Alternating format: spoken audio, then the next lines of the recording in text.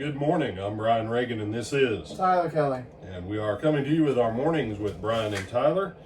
Today we are in the book of Galatians. That is our new study this week. And we are in chapter 1, verses 6 through 10. Brother Tyler, if you don't mind reading that. I marvel that you are turning away so soon from him who called you in the grace of Christ to a different gospel, which is not another, but there are some who trouble you and want to pervert the gospel of Christ. But even if we, or an angel from heaven, preach any other gospel to you than what we have preached to you, let him be accursed. As we have said before, so now I say again, if anyone preaches any other gospel to you than what you have received, let him be accursed. For do I now persuade men or God, or do I seek to please men? For if I still pleased men, I would not be a bondservant of Christ. All right. This is very similar to what we've been looking at lunchtime in 2 John. Even back in the lifetime of the apostles, as Paul's writing to this church, there were people who were trying to change and say that certain things didn't matter.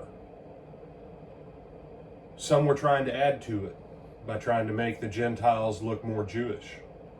Oddly enough, there were some Gentiles who were trying to make the Christian religion a little bit more pagan. And the point is there's only one gospel. There's the parts we like and the parts we don't, but it's still one gospel. And part of the key of this is verse 10. Do I now persuade men or God? Do I seek to please men? If I pleased men, I wouldn't be Christ's servant. Do you have any thoughts on this before I wrap it up, Tyler? I like how it goes back in verse 8, when even if or an angel from heaven preach any other gospel to you than what we have preached to you, let him be accursed. Obviously, it's kind of similar to a former angel who then turns his back on God and decides he wants to be top dog.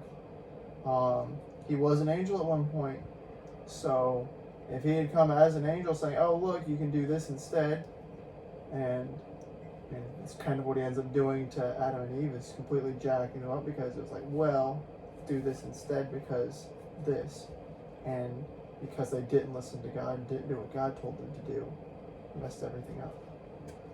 And that would be supported by Deuteronomy 13, roughly verses 1 through 6, where God says, even if I allow the sign or the wonder to come to pass, I'm testing you to find out whether or not you're going to follow my word. And that right there is the key. It doesn't matter. Had Paul come with a different gospel, he said, let me be cursed. Let me be like one of the angels, the fallen angels. Let me be accursed. If an angel were to come to you, let him be accursed. What's written is the only gospel there is. And that does close us out with verse 10. Am I here to please men or please God? That was Paul's question. Am I here to make you churches of Galatia happy with what I've got to say? Or do I not want to go to hell being accursed of God? And the answer to Paul's question obviously is, I am here to persuade men to please God. He wasn't here to persuade God to change the gospel.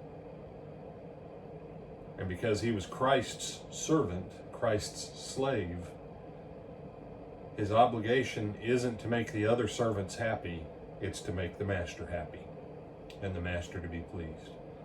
And so as we move into the book of Galatians, I would ask you to look deep within yourself and ask yourself this question. Am I trying to make, whether it be other people in the church, people in your family, happy, or am I trying to please God above all things? I'm Brian Reagan. This is Tyler Kelly. We bid you good day, and Lord willing, we'll see you back at 12:30 for our midday meditation. And I believe today we close out 2 John. Think so. So till then.